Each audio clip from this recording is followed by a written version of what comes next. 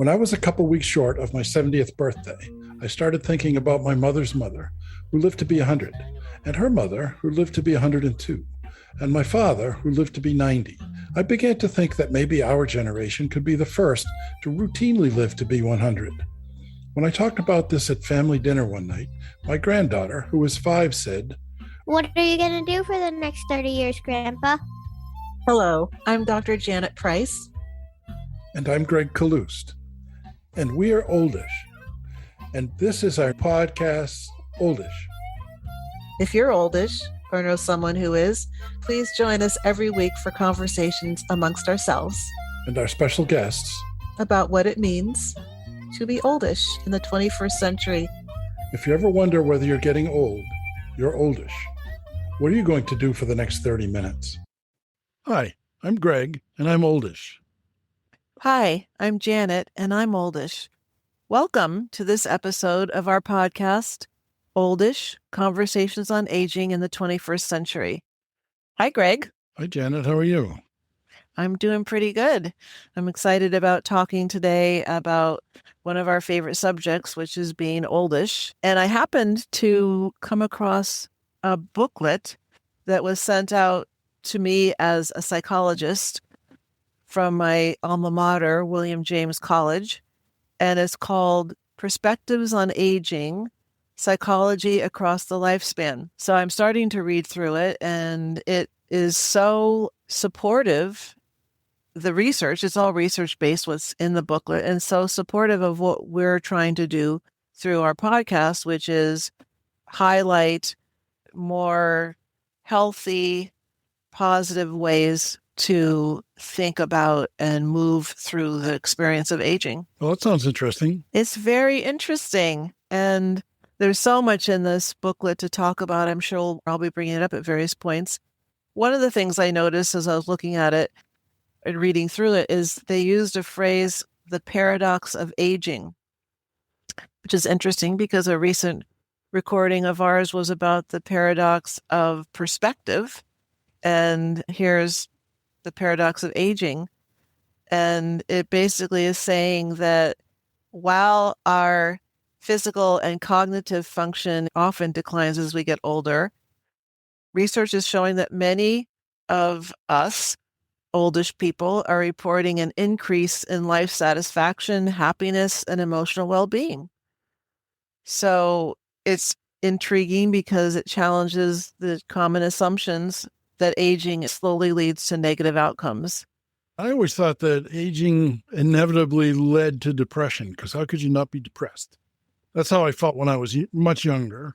And I saw some people who are aging differently from that, which is one of the reasons that we're doing this podcast, is that I learned that the stereotype that I had was incorrect. I think being able to look at it up close is what led me to that conclusion.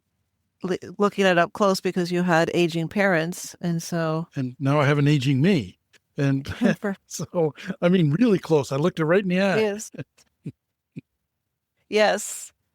Yes. And for me, one of the things in the booklet that we'll probably talk about now or in another episode is that the prejudice around ageism is seen throughout the lifespan, that young people have prejudices about older people, but all the way up through that we have prejudices, might have prejudices about ourselves and others.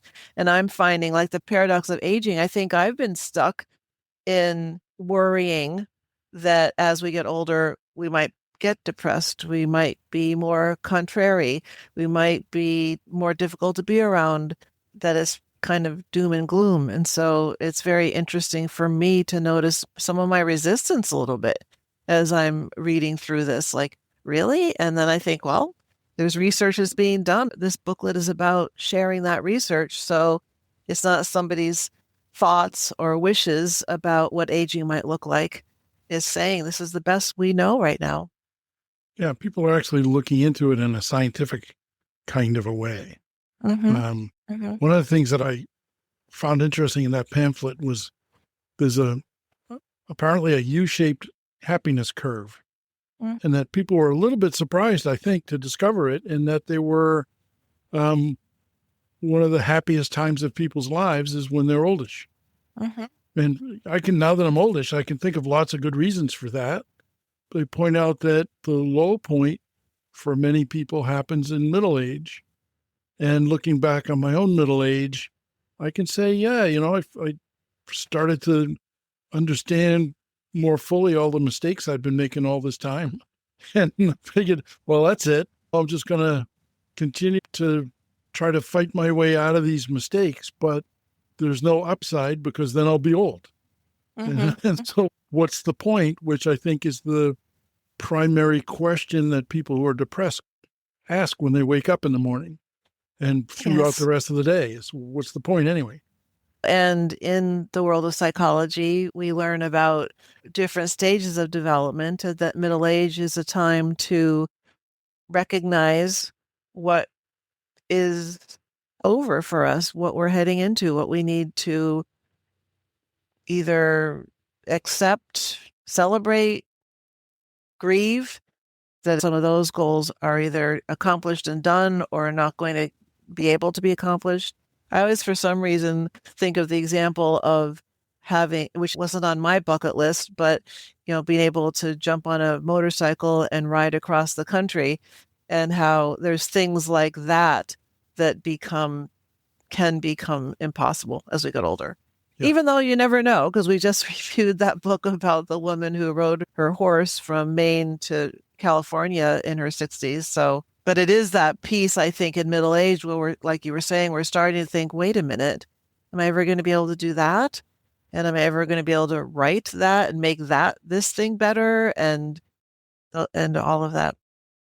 Yeah. Now, in my own case, I made a lot of stupid business decisions based on not wanting to be in business. I wanted to be a poet, which doesn't pay the rent.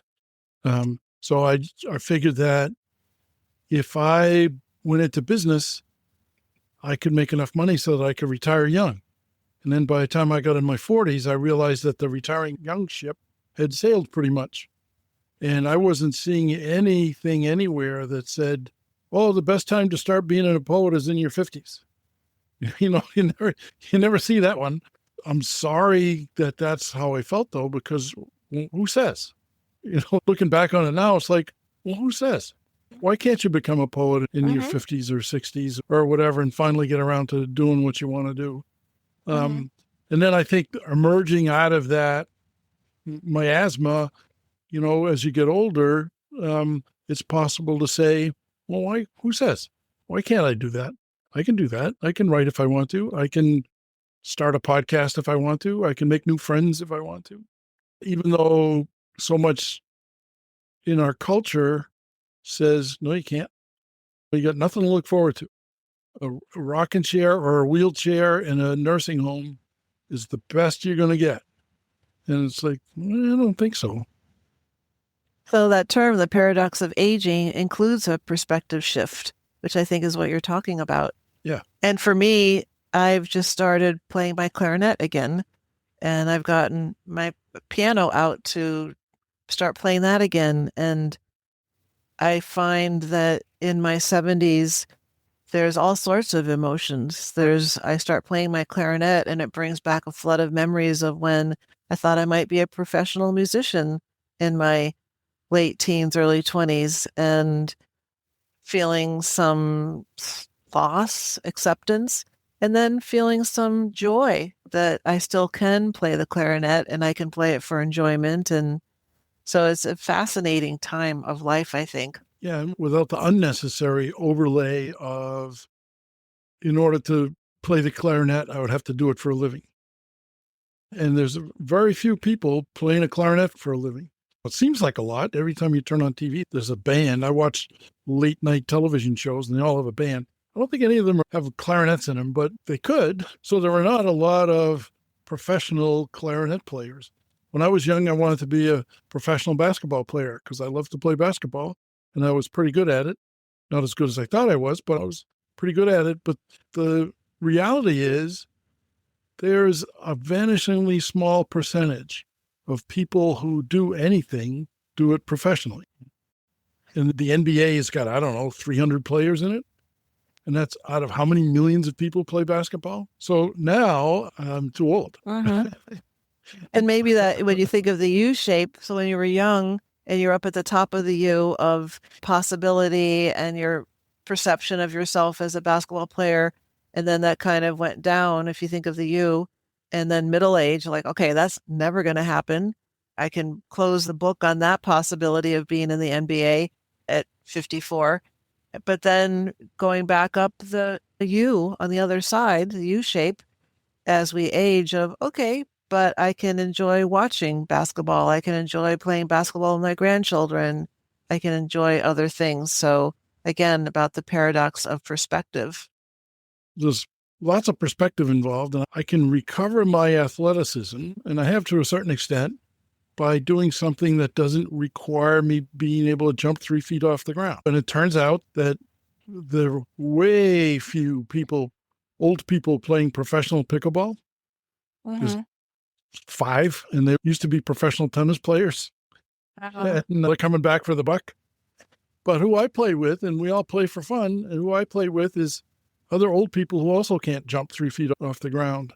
And you don't have to. So that's one of the things that drew us to the game, is that you can have an athletic activity that doesn't require extraordinary athletic ability. Yes. Just regular athletic ability. Yes. And a desire to be social and an acceptance of, I know when I play pickleball, there's an with similar oldish people, there's an acceptance of, oh, here's the person who's really probably not going to move very much on the court. They just had a hip replacement. They're being careful. So we can hit the ball to that person. We can know that sometimes we'll hit the ball around that person and he or she will let it go. So again, the paradox of aging with the perspective shift. When you're younger, is either win, win, win, or I have to be better than everybody, and feeling badly when we don't feel like we're good enough. And maybe as we age, that shifts. And it's okay. I'm okay. And what I want is social connections, exercise, being outside. Yeah. One of the perspective shifts that happens is around something that we both have had experience with in the last few years, is relationships and happily ever after. You know, happily ever after looks different when you're in your 70s. You know, you can see the door from here. And, so is there more than one door, or is there just one door? I think of it as one door, but I think some people might think of it as a couple doors. It's got a red sign on the top of it, and the closer I get to it so that I can see it without my glasses, I'm pretty sure it says exit on it. Yes, right. Yes. Yeah. So that puts a whole different wrinkle, so to speak, on relationships, because you know that happily ever after isn't 50 or 60 years, for better or for worse. And till death do us part is a lot more meaningful than it might have been when we were in our 20s. We say, oh yeah, I can say that. That's fine. That's way off in the distance, and all kinds of stuff can happen between now and then. But, you know, till death do us part when you're in your 70s could be next Tuesday. I don't know. Yes, exactly. One of the things that this booklet talks about is the problem of the prejudice around ageism and how that can be seen in all ages, from young people's views of people that are aging to us as we're in the process of aging in our 70s, for example. And I think that I can see that in me as I read this booklet and I read about the research that's being done and what's being discovered. I find some resistance as I read it. Like, really? I mean, is it really true that there's more happiness and more agreeableness and more emotional regulation, getting along better with others and more? So I have some work to do. And I also am so happy that we're doing this podcast, both because I'm learning so much and hopefully our listeners are learning and thinking and maybe questioning or disagreeing, but causing thought about this and ultimately growth and hopefully breaking down prejudices. Yes. Yeah. And it can feel some of mine dwindling, some of my prejudices, but I still have some, I'm sure, in terms of aging. But that perspective shift, and it's not immediate. It's not like on your 70th birthday, suddenly your perspective shifts and the light goes on and it's like, oh, here we are. This is what it all means. It doesn't necessarily mean what I thought it meant, all this. That's a perspective shift. It doesn't necessarily look like what I thought it was going to look like. It doesn't feel like what I thought I was going to feel like. You know, there are days when I feel physically like an old man. My knees hurt and I shuffle and bump into things in the middle of the night. But it's still the case that inside of me is the same person. And I can't tell the difference between the 18-year-old me and the 75-year-old me, other than I'm slightly less likely to say something stupid. Yes.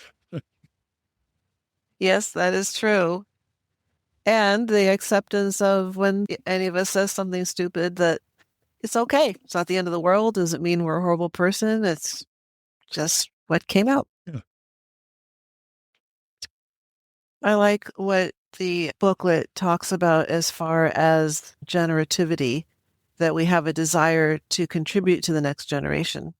And I know we've talked about that at different times in the podcast, and we've had people on as guests who are doing things to encourage generativity in the coming generations, and some as obvious as thinking differently about aging, and some generativity as far as what else we can do in our lives.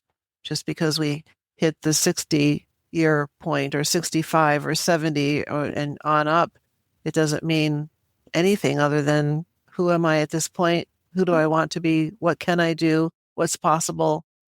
And we go from there. Yeah. I was kind of fascinated to see that there's actual research on stuff that we've talked about and we've thought about. This podcast kind of grew out of a desire to have a conversation, because we don't remember this conversation happening among older people when we were younger. Maybe they didn't talk about it in front of us, but I don't remember that in being in the culture or in the news or any of that stuff. I got a sneaking suspicion that most of the research is fairly recent too, and that it's being stimulated by aging researchers. Yes, and the growing body of baby boomers. I feel like, as we are, that it's such a powerful group of people aging. Is like, wait a minute, what does this really mean? What does this look like? Is it what we've been taught? And having parents who were parenting in the 50s, we saw one version, and then growing older, we saw one version of what that might look like. And we're all saying, I think, wait a minute. But the research has been going on. I'd be interested to know if it's on the increase. My alma mater is William James College, and there's been a department for working with aging people in therapy since before I was there, and I was there in the early 2000s. So it's certainly been on the radar, but then the research I was looking at that's in this booklet is very recent. One of the pieces of research that I found actually dismaying was the researchers asked the question about, for people who are getting older, what year do they anticipate old being? When does old start? And so they asked people, some number of years ago, they asked people who were 65, and I think they were born in the 40s or 50s. When they asked them when they were 65, what year do you think being old starts? And the average out year was 71. And then they, in the booklet, said that that is expanding somewhat as the generations age. So they asked people who were born 10 or 15 years later than that, when they got to be 65, what year did they think old started? And they said 74. And I find that somewhat dismaying, because I'm very close to 76. So if being old starts at 74, rats. Well, and isn't that interesting? Is that part of the prejudice of aging? And is that part of ageism? Is it hard for young people to imagine that people in their 70s and 80s could have meaningful, productive lives? Yeah. And then that paradox of aging is, what does it mean to be productive? What does all that mean? And maybe it has to do with that when people are young, it's just hard to imagine. Yeah. I was just starting to read something in the booklet about looking at aging in different countries and how research was done looking at Japan, because Japan has the highest number of people living the longest. It was talking about how aging is viewed in that country and that is presented in a positive way on the news and on television and in the community. So I'm saying that kind of goes against what I just said about maybe young people are just too young to really be thinking about it, but they are impressionable. And if all the images of aging are being depressed, being grumpy, being physically not able to do much, cognitively not able to do much, then that's what we grow up with. The media that we grew up with, you remember All in the Family? Archie Bunker, Archie and Edith and Meathead and Gloria. Archie Bunker was in his 50s, and he was this curmudgeonly old man. And Edith was in her 50s, and she was this crone. And that's the anticipation that we grew up with, was that you get to be in your 50s and 60s, and you're all set there. You're stuck in your ways of thinking. You're grumpy. You're hard to be around. I suspect that Archie Bunker was always that. Mhm. When he was 22, he was that. Exactly. But one thing I want to throw out there is you use the word productive. And one of the things that I am coming to terms with in my own life is I don't care whether I'm productive or not. Well, my goal is not to be productive, it's to be alive. And Well, and maybe that's the paradox of aging too, and the whole idea of re-envisioning what words mean, what goals mean, so that in our early years, productive meant all sorts of things, finding a mate, starting a family, having a career, moving up in the career.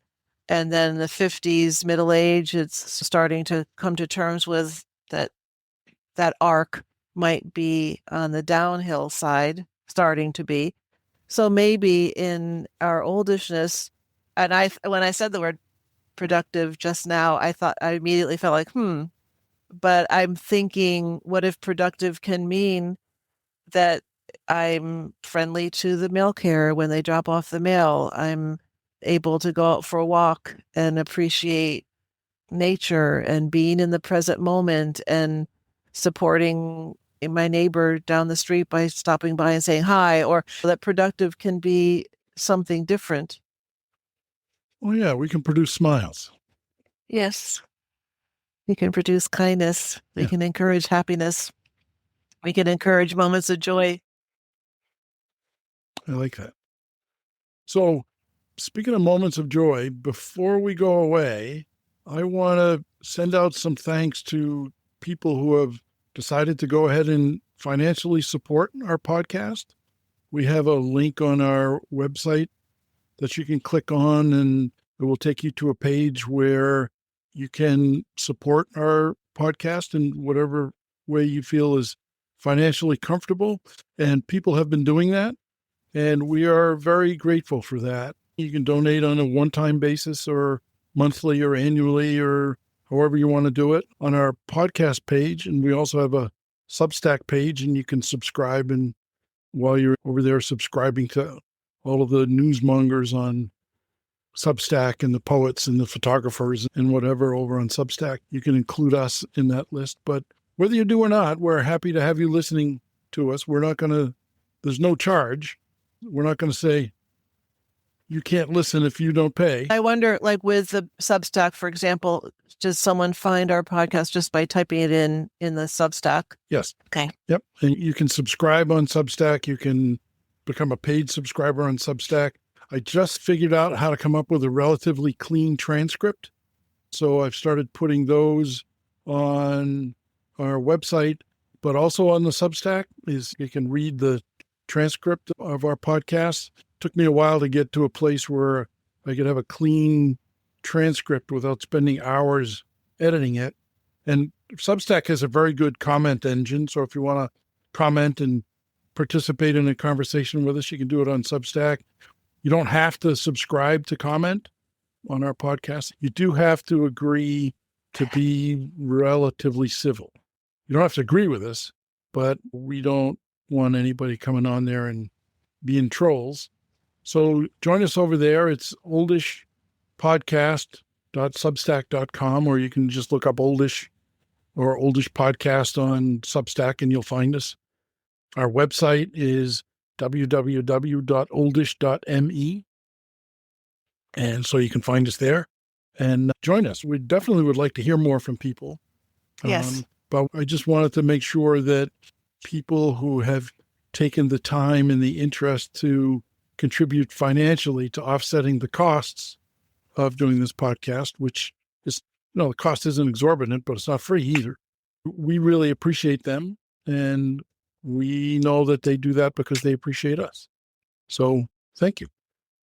Yes, thank you, everybody. And stay tuned. We'll be recording again soon, and it's also coming up to review a new book, our newest book, and I can't remember the title, so it'll be a surprise. It'll be a surprise. I'll look it up. I can't remember it either, but I'll look it up and put it in the show notes. Okay. No. I am oldish. What can I say? Yeah. I think I remember the name of the title. I can't remember the titles of books that I'm actually currently reading. Mm-hmm. So to remember the title of a book that I'm going to read is not possible. Very daunting. Yes. Yep. Yeah, I'm reading the fourth book in a series now, and I'm not sure I could tell you the name of the books or the name of the author. And I've been reading these books for a month.